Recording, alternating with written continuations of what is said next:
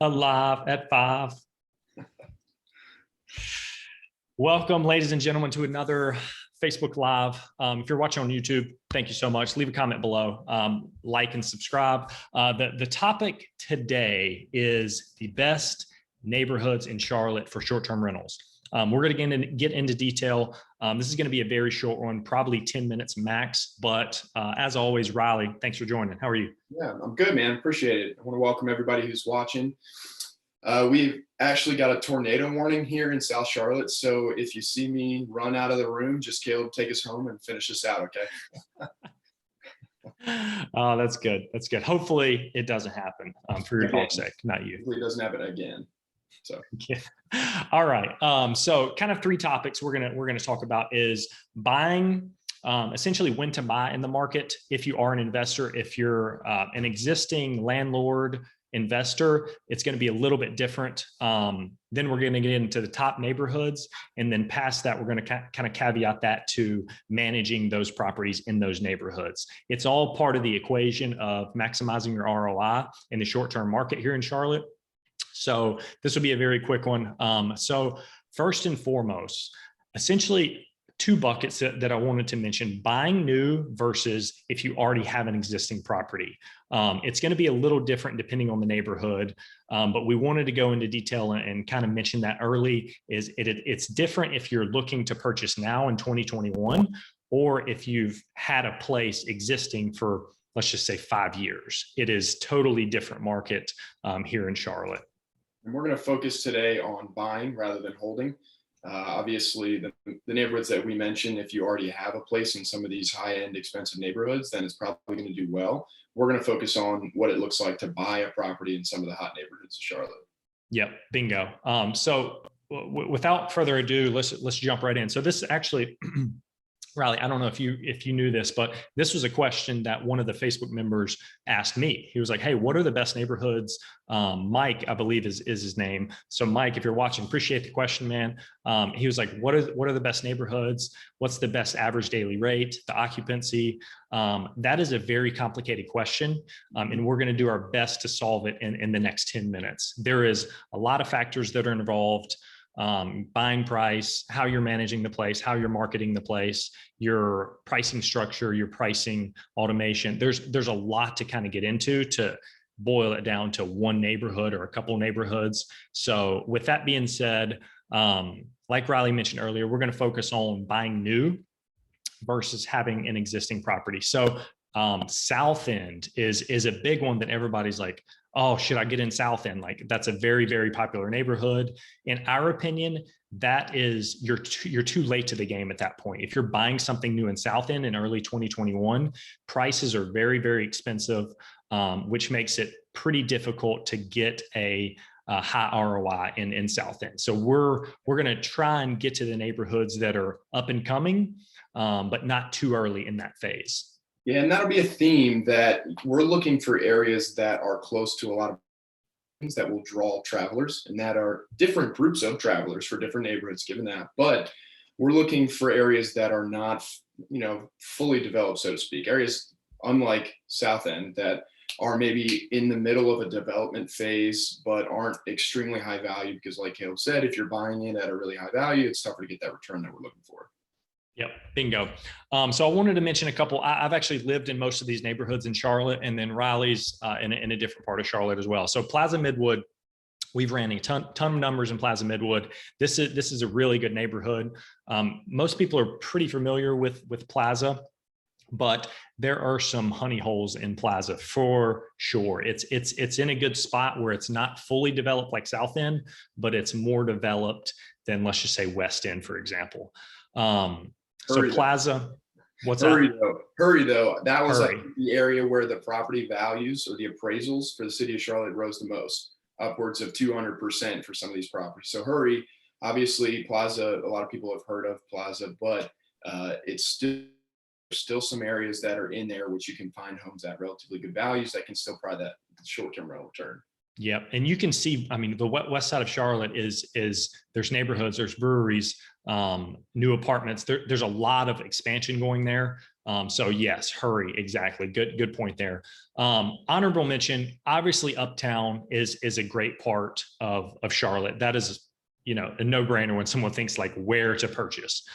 There are parts in Uptown that are better than others. There's a ton of factors involved, but definitely Uptown is a really safe bet if you're purchasing new. And then one thing I did not mention was Noda. Noda, North Davidson, if you're not familiar with Charlotte, Noda is very close to Plaza Midwood. But with Noda, it's the returns we've seen have not been the best as well. We typically don't like to kind of go in Noda. I used to live in Noda, great place, but for short-term rentals, the neighborhood it's kind of past that peak where the return is not quite there from an investor standpoint. Yeah, I'd say like very specifically that strip off North Davidson, there are some places that do okay, but the problem is that radius is so small. As soon as you go a little further north, or even sometimes a little further northeast or northwest, really anywhere except for south, then you're having such a small target area and you're leaving an area that's been developed enough where it's tough to draw the right travelers there. Yeah. And same thing, Optimus Hall is an awesome spot right there near Noda. But yeah, just from our perspective, Noda it's a little too small to really branch out from that other than south. Another place, which is honestly very surprising to me, we're onboarding a client in University area, which nobody ever talks about in all these short-term rental groups, things like that. University is really never mentioned until we started digging into it a couple months ago. We were like, oh man, this is like a hidden gem. This is no one talks about it. UNCC is there. There's a lot of attractions being there. People are traveling there. Believe it or not, it is really a great spot to be. We've seen that firsthand as we're onboarding a client. We're running the numbers and doing the marketing, and it's like, oh man, this is really eye-opening because I myself did not even think about University area. Yep, and it's different travelers. It's a different area than a South End, for example. You're not going to market a property in University as you're going to market a property in South End, and that's a key that you're going to have to take along to all these different neighborhoods that we talk about. Is that we're saying, is it a good area to invest in? Yes or no, but the way that you invest in these areas and how you market and who you're marketing to is going to be different for every single one of them. Yep. Mm-hmm. All right, so I want to talk a little bit about South Charlotte, a couple of the neighborhoods that we've got our eye on there, mainly South Park. This is not a new one for anybody. If you've been looking at the area, South Park is a really popular area for short-term rentals. It's actually one of the bigger business centers of Charlotte outside of Uptown. So you have a lot of business travelers that come for that area, but it's also filled with, high-end shopping in South Park and what is it, something pavilion over there off of Sharon Road West. But there's the Whole Foods. You can tell it's high-end shopping, retail there, a lot of businesses, and the benefit being there's a lot of different neighborhoods. You go a little further east, you go a little west, you go a little south. There's a lot of different pockets of neighborhoods, so it's not like a small area like Noda where it gets developed really quickly and the property values raise really quickly. You can kind of go a couple miles east from, you can find some properties that are well priced, but then also still provide that good return that South Park brings to you. Yep. Another one, surprisingly, go a little further south, talk about Valentine. Some people would think, wow, that's really far south. That's very far away from Uptown, but you got to think who you're marketing to in that situation. There's a lot of big hospitals that are down off 485 and that are right around me. There's a ton of huge hospitals there that draw travelers, they draw workers, nurses, and they draw people who are actually going to use a hospital, patients and their family members. So there's, again, kind of similar to South Park, there's a lot of different areas around there, some of which have pretty high values, probably want to stay clear of those, but others that are still kind of in that development phase that you can get in early and capitalize on appreciation, as well as the Valentine short-term rental market. So that's another good one. And lastly, everyone's talking about this one too, the lakes. Okay, so we have two really nice lakes. One we'll call North Carolina, one we'll call South Carolina in Lake Wiley. But there are some good opportunities there still. I would say Lake Norman, we're a little bit late on Lake Norman. The waterfront values over the last couple of years have absolutely skyrocketed. but there are a lot of different types of housing up there, condos that you can get in relatively cheap that can still provide pretty good return on investment for your money. And then Lake Wiley is a little bit less developed than a Lake Norman. So you can probably get into a waterfront property or even land at a little bit of a lower price in Lake Norman. But I see over the next coming years that as the kind of urban sprawl of Charlotte and the growth of Charlotte continues to develop, it's gonna keep looking more and more like a Lake Norman, where those values, those waterfront properties, and even those properties that aren't waterfront but maybe community water access, are going to continue to climb. So again, you get access to the appreciation, but you also have some of those water amenities in some of those communities that can draw larger groups, vacation travelers, et cetera. Yeah, bingo. I mean, you hit the nail on the head. It's probably a lot of info to people watching. There's a lot of neighborhoods. There's a lot of pockets of kind of hot areas in Charlotte. It's a growing city, which is awesome. The opportunity is everywhere.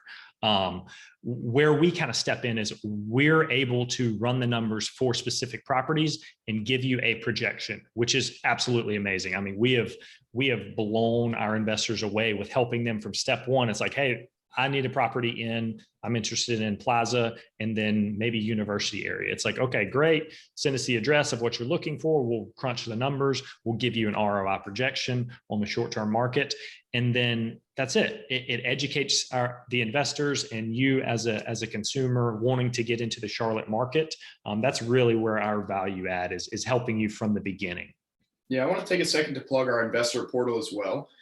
We've talked about it in a few different mediums, but we have a portal where we take the MLS listings and we run those as potential short-term rentals and rank them by ROI. And access to that portal really over time gives you a valuable knowledge on what areas you need to focus in. Because it's not only, we've been hitting on this over and over on this call, but I can't talk about it enough. It's not only the short-term rental returns, but it's the value of the property that you're trying to buy. Those two factors come together to make a good investment or a bad investment. So having access to that investor portal, it just really shortens that learning curve to finding out where you want to buy your short-term rentals. So if you're curious about it, send us a message and we'd love to give you some more information on it. Yeah. And we actually just got word a couple of days ago that our development was done. We've tested it. We were rolling it out to our existing investors on the older kind of beta version. But yeah, let us know. We'll more than welcome to see what that looks like to get you access. So that is kind of half of the equation, believe it or not. It's like, okay, neighborhoods, check. Once you get into a neighborhood, you buy a property, you start managing or having us manage it. Then it's like, how do I manage it? Then it's like, how do I market? What are the furnishing? Like there's a lot more that kind of goes in on the back end to make this thing really skyrocket your projections on this investment. So the neighborhoods have to battle, is how you manage that property in those neighborhoods is the other half. That's right. You can have a slam property, and if you're not running it the right way, if you haven't done your market research and you know or you don't know that you're targeting the right audience and doing it the right way, then you're not going to optimize the property. You're not going to hit the returns that you should. And then the other way around, if you are a killer manager, you do really well, you communicate well, you have time to invest in researching the market that property's in, but the property's not in a good area, or you pay too much for the property, or just it's not a place that attracts a lot of travelers, you're not going to do well either. So they're two very important, equally important parts to that equation. Yeah. I mean, yes, exactly. There's a lot of factors that go into it. I was messaging Mike, the guy who asked this question. I was like, you could have one place on this street doing 50,000 a year, literally the exact same house down the street doing 30,000. What is the difference? Same neighborhood. Yep. It's the managing of the place. It's the house rules, the pricing, the calendar management, the channel there's a lot that goes into that, but it's a lot to manage. It really is. You know, we do it on the day-to-day. We know we were setting up a listing earlier today. It took us about 2 hours to do it. Just making sure everything was connected, not just an Airbnb listing. This was across channels, getting our pricing involved, getting everything kind of linked up and talking to each other. But yeah, it's a lot. So hopefully that helped. Riley, anything else you want to touch on before we wrap up? It's funny you mentioned having two homes on the same street, the exact same home. Somebody's making 50K, somebody's making 20K. We talk to a lot of people that are underperforming, and it goes back to growth mindset and being open. People have it in their head that it's the market. The market's the problem. It's never the manager's fault. It's not your fault. And it's the market. Oh, people aren't going to pay that price, or oh, these people aren't traveling to this spot. Just know that you got to put the work in. You know, you can't make a call like that if you haven't done your research on the area and know who you're marketing to and know how some of these other properties are doing. Because it's just amazing how often we speak to somebody who's closed-minded and saying, you know, I'm just going to rent it long term. It's not a good market for short-term rentals. Meanwhile, you spit 3 or 4 on the same street that are doing double them in rents. So be open-minded, know that there are people out there who specialize in this stuff, and get yourself connected with somebody who does. Yeah. Yeah. Yeah. Appreciate that. Yeah, no, all good points. But yeah, hopefully this was helpful. Once again, smash the like button, give us some love in the comments. If you saw value from this, we're going to continue to put out as much value as we can. This takes work. This takes prep time for us. It's literally not making us 1 cent of doing this. It's literally to help our community out. So show us some love in the comments. Once again, Riley and Caleb from MyTripify. This is the best neighborhoods in Charlotte for short-term rentals. Thanks for joining.